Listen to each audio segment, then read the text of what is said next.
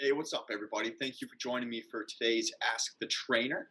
So we've gotten a lot of questions, and it always do, regardless of the time, of just common verbiage that is used throughout the gym, whether it's by trainers or fitness professionals or just that gym bro at the gym who loves just yelling out stuff like that. So we're just going to go over those and simplify them so that you can sound a little more educated as you talk about different workouts that you do, as you probably already do a lot of workouts and do a lot of this terminology, but just don't know what it's called or what the correct lingo is for. I do want to point out that none of this is slang. None of these are made up words. These are some of them are acronyms, but these are actual words that are scientifically there's a basis for them. Okay, so they're not just made up by some gym bros. Okay, so we're gonna make them super simple. We're gonna break them down. We have about 10 that we're gonna go over today. Not limited to 10. I'll probably put out some more, but let's hop right into it. A lot of them are related to each other. All right. So as we go through these, I'll write them down. I'll verbally explain them. If we have any more questions, feel free to drop it in the comments section. If you have any more words or just lingo that you hear out there that you would like me to go over, let me know. Otherwise, give me a thumbs up if you find some knowledge in this video. All right. So the first one we're going to go over is superset. So probably one of the most common words that we see in the gym. I know I still write like a 4-year-old, but hopefully that's you can see that. All right. So superset. So a lot of people love throwing this word around. Uh, let's say what it is, and then we'll say what it isn't. A superset is completing two different exercises back to back with zero rest that typically are going to work agonist antagonist muscles. So with that being said, here's an example. If I do a bicep curl, right, so flexion of my elbow, I do a set of 15 reps and then immediately go to something that's going to extend my elbow, so a tricep exercise. Those are muscle groups that work against each other. Okay, so agonist antagonist. So I would do 15 bicep curls, immediately drop those, okay, and then do a rope push down for 15 reps. And then you take the rest and you go back through. So that's supersetting, working agonist antagonist muscles. A lot of people like to throw on the word superset just whenever you do any exercise back to back. So, you do 15 reps of squats and then 15 lunges. That is not a superset because you're working the same muscle group back to back. That's more of a compound set, but we won't get into that. So that's a superset. We're trying to make them short and sweet here. All right. So the next one we're going to go to here, the next two are very related, and they're going to go somewhat in order. So the first one is Tabata. Okay, so the next two that we're going to go over are primarily found in group classes. So Tabata is a fun word to say. There's a lot of group classes that are just called Tabata. Typically here we do them on Tuesdays. Tabata is a 2-to-1 work to rest ratio. So what that means is if you do any exercise, but let's just take squats for example, because it's easily relatable. You do 20 seconds of squats, you're going to do 10 seconds of rest. So you're working twice as long as you rest. Typically, it's going to be roughly 8 exercises that you're going to go through anywhere from 2 times to 8 times. The time interval or the duration of the exercise is completely dependent on exactly how much time you have. But as long as it's that 2-to-1 work to rest ratio, that's Tabata. Okay, used a lot in fat burning. The next one, as you can see, is super related. Is HIT. HIIT.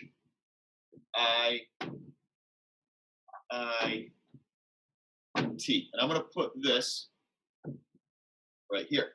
So HIT is basically Tabata on steroids. Okay, so now it's a 3-to-1 work to rest ratio. So we'll take the same example as we did with the Tabata.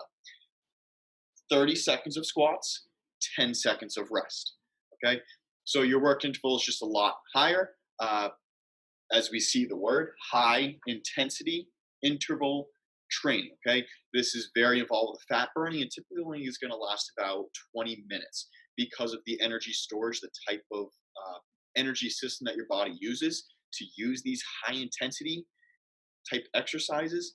It can only be completed for about 20 minutes. After that, you're tapping into different energy systems, and then it becomes no longer high intensity because you're no longer to keep that intensity up that high. Okay, so Tabata is a 2-to-1 work to rest ratio, and high intensity interval training is a 3-to-1 work to rest ratio. So high intensity you can do for about 20 minutes. Typically, Tabata you can do for close to 30 minutes. Okay, anything longer than those durations it's not a true Tabata or hit because the intensity isn't where we want it to be for to get the benefits out of those exercises. Okay. And once again, the next two are going to be very closely related. So the first one, I'll write them both up there: compound and isolation.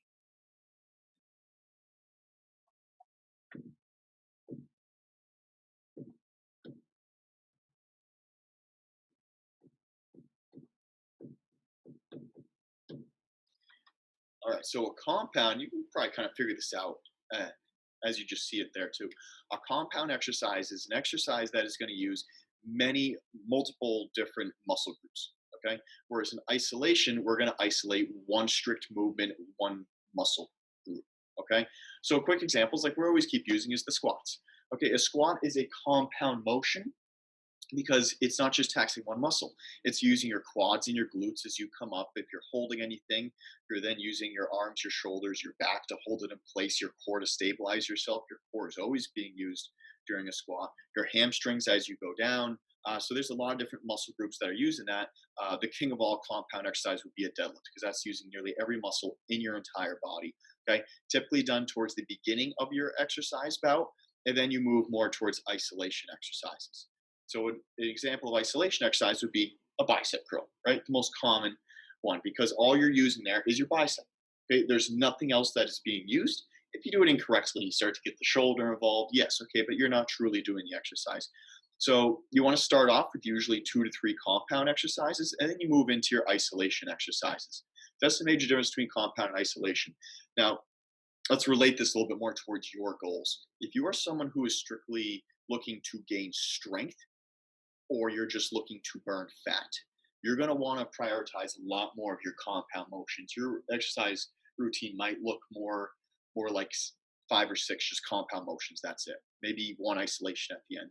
If you're someone who is looking to come to the gym strictly for aesthetics, it's called hypertrophy. You want to look good. You want certain muscles to pop. You're going to start off with just one, maybe 2 compound motions, then do a lot of isolation. So you work out 5 to 6 days a week, and you have a day where you just do biceps, and another day where you just do quads, another day where you just do back. Okay, so these are all going to relate to the different types of workouts that you do and your goals, right? So another 2 knocked down just like that. The next one is one word, but I'm gonna relate 2 of the words together. Okay, so negatives.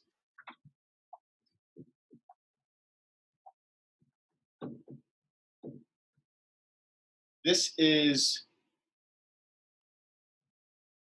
a very simple word for the next one I'm going to write. Hopefully, this is written big enough for you. So, negatives, or the scientific terminology, which is eccentric. Okay. So, the negative motion there, let's once again use a squat. So, as I go down, I'm not going to go fully down because I'm going to just lose the screen. When I go downward into my squat, that's the eccentric, that's the negative motion of my squat. Okay. So, this is a good way to how this is going to relate to when you see people doing these workouts in the gym is if someone has reached a plateau. Okay, so they've been working forever at their squats and their numbers just aren't going up. They're going to do some negative exercises, some eccentric motions. So what they're going to do is instead of just going down and up, say like a 2 second down, 2 second up, they're going to work on say at 3 or 4 seconds, slowly going down and then quick coming up. Okay, this all relates to time under tension. So those muscles that involved in the slowing down of your body on the downward motion have a lot more time under tension than the muscles that are involved in the going up in the squat. Okay, this is commonly used also with a bench press. Okay, so you'll see guys who have reached a plateau on their press and females, and what they're going to do is they're going to focus on saying 1, 2, 3, 4, and drive up that weight as fast as they can. I always really push my clients to focus on the negatives for especially the last rep of that exercise. Okay. And you should always work on controlling your weights anyway, but not over exaggerated eccentric motions. Okay. So there's negatives for you. Probably the least common term used in all the ones that we're going to go over today. Um, so the next 2 I want to go over are very close related to the type of workouts you do, just kind of like high intensity or Tabata are. So I'll write them both at the same time.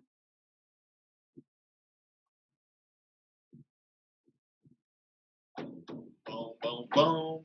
And of course, I forget the next one, which is EMOM. Both abbreviations for different types of workouts that we do, especially in group classes. And for those of you that take mine on YouTube or back when we were live in person, I do a lot of both of these. This top one, as many rounds as possible. So this is typically when I will set my timer to anything from 3 minutes to 5 minutes. And I'll give you anywhere from 2 to 3 exercises and a certain amount of reps. And you're just trying to get through as many rounds of those 3 exercises as you possibly can before that time expires. Okay. I like to do these at the end of your workouts because it really gasses you and it sucks every last bit of energy that you still have left in the tank and puts it out there. All right. So it's very quick. We usually do like 3 or 5 minutes. So they're quick zappers. And then EMOM, every minute on the minute. All right. Another popular, they're both kind of popular CrossFit type of workouts. But I love them because they're goal oriented. Okay, you know exactly how long you're going to be doing them. So there's an objective, a goal that you can really strive for. Other than that, you just kind of be like, you don't really know how long you're doing an exercise for. You know how many reps, but you don't know how long or anything. So every minute on the minute. So this would typically be anywhere from 5 to 10 minutes. I like to do it with kettlebell swings. So I'll tell a client, all right, we're going to do 15 kettlebell swings, EMOM. So we hit the timer. Timer starts at 0. Okay, so it's more like a stopwatch. Starts at 0 and it goes all the way up to we're doing it for 10 minutes. Okay, so you do 15 swings. Okay, 30 seconds on the clock. Okay, so you have 30 more seconds till the next minute. So you have 30 seconds to rest. And then once it hit 1 minute, you do another 15 swings. It took you a little bit longer. It took you 35 seconds. Now you only have 25 seconds to rest.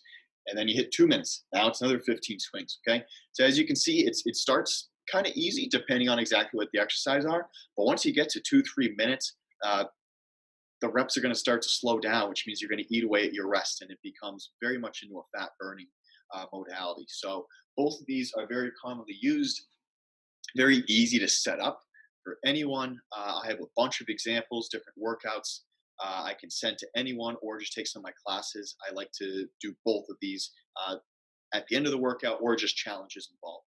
All right. These can be very competitive, which I very much enjoy. All right. Don't worry, we're almost there.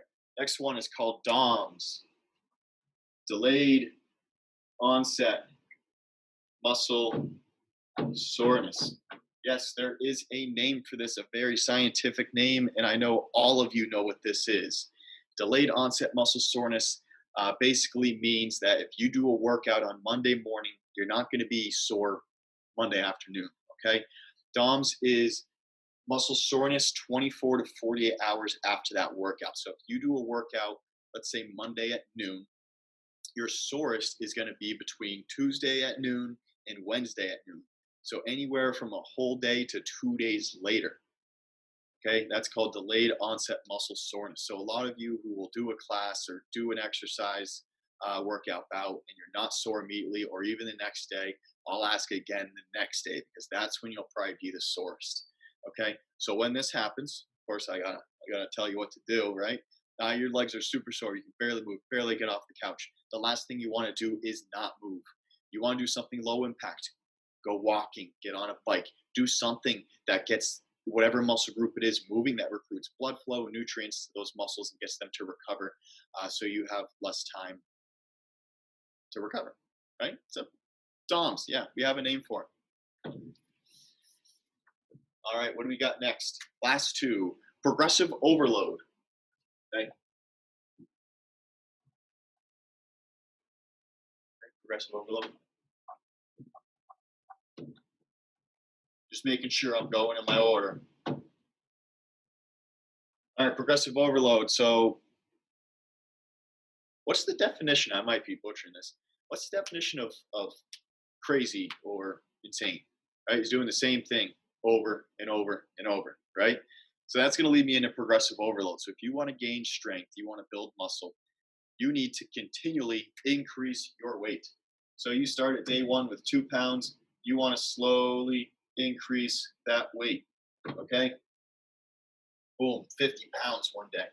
If you come in and you use the same 2 pounds every single day and you wonder why you're not gaining strength, you're not getting stronger, your muscles aren't growing, well, that's the definition of crazy, right?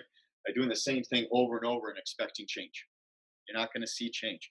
The only way to build strength, build muscle mass, is to increase that weight.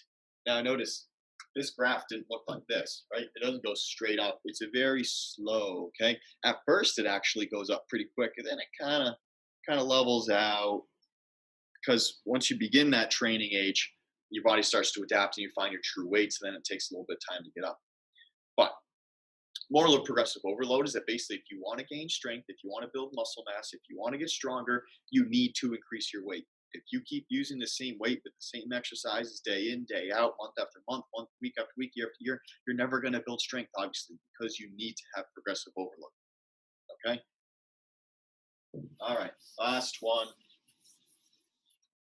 Last one is posterior chain. See if I can write this a little bigger. I think I'm writing a little small.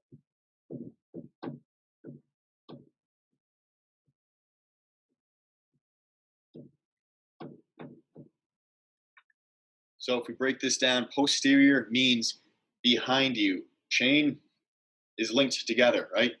So from the back of here all the way down to my heel is your posterior chain. So it is the group of muscles that are connected together that focus on a lot of stability and posture. So if we run down the back, right? Your back, all these muscles that run right along your spine to protect it, keep it nice and safe. Your core muscles, right? It's all the same. Okay, all the way down to the glutes, to the hamstrings, to the calves. Those are your posterior chain muscles. Those are primarily involved in any type of deadlift. And there are many different types of deadlifts. See my exercise instruction videos for demonstrations on a bunch of these. We have a sumo deadlift, a conventional deadlift, a trap bar deadlift, Romanian deadlift, single leg deadlift. There are many different forms of deadlifts that we can do. And these are all primarily used to increase the strength of your posterior chain, which keeps your spine in good health. It keeps it safe and it improves your posture. All right. So a good way to think of this is posterior chain posture, posterior chain posture. As long as you work on that, come in and see a trainer and say, hey, I'm looking to work on my posterior chain. Boom. I'm going to love you already because you now know that you need to, everyone needs to strengthen this. You want to work on your posture, right? So we're going to work on a lot of deadlifts, right? So that's posterior chain, and that's my first little segment of gym terminology. Like I said, if you have any more terms that you would like to hear about, you're not sure if it really even is a term or if it's just some made up word that some gym bro is making up, let me know. If you have any more questions on some of the terminology that we use today or how to build them into your workout or your daily routine, let me know. And once again, if you found this video helpful, please hit the like button, hit the subscribe button. You'll get a notification whenever I post a new video. The like button helps out this channel so much more. All right. So thank you everyone for watching and stay safe.